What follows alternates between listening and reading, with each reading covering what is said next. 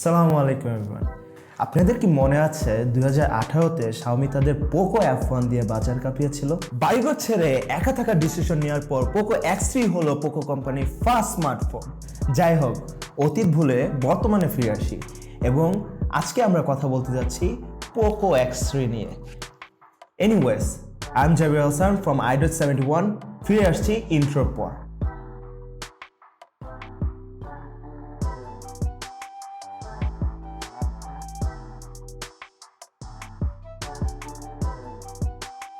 আজকের video sponsor হচ্ছে M.A International। তাদের ফুল ইনফরমেশন ডিসক্রিপশন বক্সে দেওয়া হবে। তো শুরু করা যাক বিল কোয়ালিটি নিয়ে।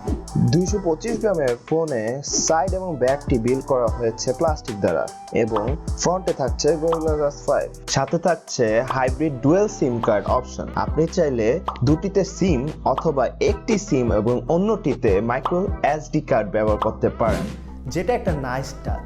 এর জন্য ধন্যবাদ Xiaomi-কে, সরি পোকোকে। আকর্ষণীয় ব্যাপার হচ্ছে ফোনটি IP53 certified, which means dust and splash protected, যা এই প্রাইসে ফোনে পাওয়াটা জাস্ট একের। ফোনটির নিচে থাকছে একটি speaker, microphone, type C port এবং একটি হেডফোন জ্যাক। ডান পাশে থাকছে ভলিউম রকার এবং এর নিচে একটি ফিঙ্গারপ্রিন্ট সেন্সর, যা চাইলে আপনি সেটিং চেঞ্জ করে পাওয়ার বাটন বা গুগল অ্যাসিস্টের জন্য ব্যবহার করতে পারেন। ফিঙ্গারপ্রিন্ট সেন্সরটার পজিশন খুবই ভালো, একদম হাতের নাগালে পড়ে এবং ব্লেজিং ফাস্ট রেসপন্স দেয়। বাম পাশে থাকছে না কিছুই, উপরে থাকছে আয়া ব্লাস্টার এবং অবাক করার মতন বিষয় হলো ফোনটিতে রয়েছে নোটিফিকেশন লাইট, যেখানে পাঁচ হোল ফোনগুলোতে এটি প্রায় না থাকার কথা, কিন্তু পোকোর এই ভিন্ন স্টেপের জন্য iDroid71 এর পক্ষ থেকে জানাই শাবাশি। আশা করি আরও ম্যানুফ্যাকচারার এই সেম স্টেপগুলো ফলো করবে। ওভারঅল প্রাইস অনুযায়ী ডিজাইন এবং বিল্ড কোয়ালিটি অ্যাপ্রিসিয়েট করার মতো। যদিও চাইলে ব্যাকে এত বড় করে পোকোটা না লিখলেও পারতো, কিন্তু সত্যি বলতে it's not a deal breaker, কারণ দিন শেষে সবাই একটি ব্যাক পার্ট ইউজ করবে। প্লাস্টিক বিল্ডের ফোনটি অতটা প্রিমিয়াম না হলেও ওকে, চলার মতো। এবার আসি ডিসপ্লেতে। 6.67 ইঞ্চিজের IPS LCD ফুল HD প্লাস ডিসপ্লে, যাতে আছে 120 হার্জ রিফ্রেশ রেট এবং 20:9 অ্যাসপেক্ট রেশিও। B3 নচ সরিয়ে এইবার ডিসপ্লেতে ফ্রন্ট ক্যামেরার জন্য ব্যবহার করা হয়েছে 5 হোল। IPS LCD প্যানেল হওয়া সত্ত্বেও কন্টেন্ট এবং গেমিং এ কালার আউটপুট ছিল যথেষ্ট ভালো। 450 নিটসের প্যানেল হওয়াতে ব্রাইটনেস ইনডোর এবং আউটডোর ইউজেসের জন্য ইনাফ। HDR10 সাপোর্ট করে ফুল HD HDR কন্টেন্ট দেখতে পারবেন এই ডিসপ্লেতে। প্রাইজিং এর কথা মাথায় রেখে এই ডিসপ্লে নিয়ে হতাশ হবেন না ইনশাআল্লাহ। এই বিশাল ফোনটির ভিতর থেকে সাপোর্ট দেওয়ার জন্য আছে স্ন্যাপড্রাগন 732G প্রসেসর, যেটি একটি মিড রেঞ্জ চিপসেট, এবং জিপিইউ হিসেবে ব্যবহার করা হয়েছে Adreno 618। গেমিং টেস্টে আমরা পাবজিতে স্মুথ গ্রাফিক্স এবং আলট্রা ফ্রেম রেট সেটিংয়ে অ্যারাউন্ড 47 FPS পাচ্ছিলাম। Asphalt 9-এও আমরা বেশ ভালো রেজাল্ট পেয়েছিলাম, তবে বেশিরভাগ গেমে 120 হার্জ রিফ্রেশ রেটটি অপটিমাইজ না। গেমিং এর সময় হালকা একটু গরম হলেও আহামরি নোটিস করার মতো কিছু নয়। মডারেট লেভেল ইউজারদের জন্য ফোনটি যথেষ্ট। সফটওয়্যার সেকশনে থাকছে MIUI 12 এবং Android 10, থাকছে কিছু ডিফল্ট Xiaomi অ্যাপ। লঞ্চারটা শুধু পোকোর, কিন্তু এছাড়া সফটওয়্যার এক্সপিরিয়েন্স ছিল অন্যান্য Xiaomi ফোনের মতোই।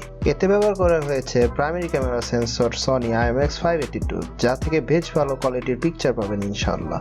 রিয়ার ক্যামেরা সেটআপে থাকছে 64 মেগাপিক্সেলের f1.9 অ্যাপারচারের ক্যামেরা। ফুটেজগুলোতে ভালো লেভেলের স্যাচুরেটেড শার্প কোয়ালিটি পিকচার পাবেন, যা এই বাজেটের মধ্যে সেরা। নাইট ফটোগ্রাফির ক্ষেত্রে কালার স্যাচুরেশন মোটামুটি লেভেলের ছিল, সাথে হালকা পাতলা গ্রেইনও লক্ষ্য করা যায়। সেকেন্ডারি ক্যামেরাতে ব্যবহৃত হয়েছে 13 মেগাপিক্সেলের f2.2 অ্যাপারচারের আলট্রা ওয়াইড ক্যামেরা, যা থেকে বেশ ভালো ডিটেলস এবং ওয়াইড রেঞ্জ ফটো ক্যাপচার করা যায়। তারপর এর সাথে রয়েছে 2 মেগাপিক্সেলের f2.4 অ্যাপারচারের ম্যাক্রো ক্যামেরা, যা থেকে এভারেজ লেভেলের ম্যাক্রো শট নিতে পারবেন, এবং সর্বশেষে রয়েছে 2 মেগাপিক্সেলের f2.4 অ্যাপারচারের ডেপথ সেন্সর। পোর্ট্রেট ফটোশুটের ক্ষেত্রে বেশ ভালো লেভেলেরই ব্যাকগ্রাউন্ড ব্লার হয়, কিন্তু মাঝে মাঝে হালকা এজ ইমেজের ডিটেলস লুজ হয় এবং নাইট পোর্ট্রেটের ক্ষেত্রে বেশ কালারফল করে। এখন আসা যাক সেলফি ক্যামেরার দিকে, যাতে ইউজ করা হয়েছে স্যামসাং এর 20 মেগাপিক্সেল f2.2 অ্যাপারচারের ক্যামেরা, যা থেকে আপনি ভালো মানের সেলফি পাবেন। তেও আপনি পোর্ট্রেট সেলফি নিতে পারবেন, কিন্তু রিয়ার ক্যামেরার মতো অতটা ভালো না। এই ফোনটিতে ভিডিও রেকর্ডিং করতে পারবেন আপ টু 4K 30 FPS পর্যন্ত। ডিটেল এবং কালার ভালোই পাবেন, তবে ফ্রেম রেট কিছুটা ডাউন, তবে ততটা না। তাতে এতে কোনো প্রবলেম নেই, কারণ এতে রয়েছে ইলেকট্রনিক স্টেবিলাইজেশন, যা ভালো লেভেলের স্মুথনেস দেয়। কিছু ভিডিও স্যাম্পল দেখলেই বুঝতে পারবেন।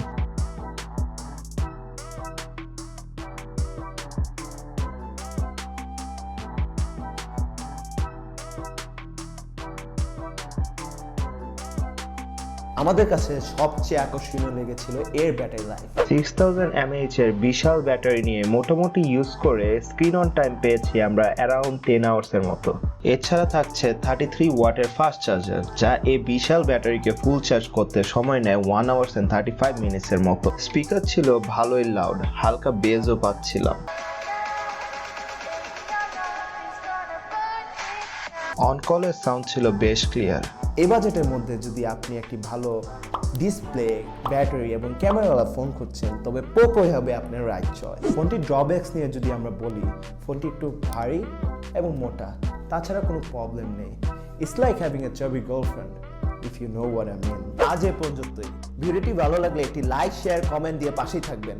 আর হ্যাঁ, সাবস্ক্রাইব করতে ভুলবেন না। নিচে যে বেল আইকনটি আছে তারা টাং করে বাজিয়ে দিবেন। আর ভালো লাগতেছে না ভাই, জায়গা প্যাক আপ।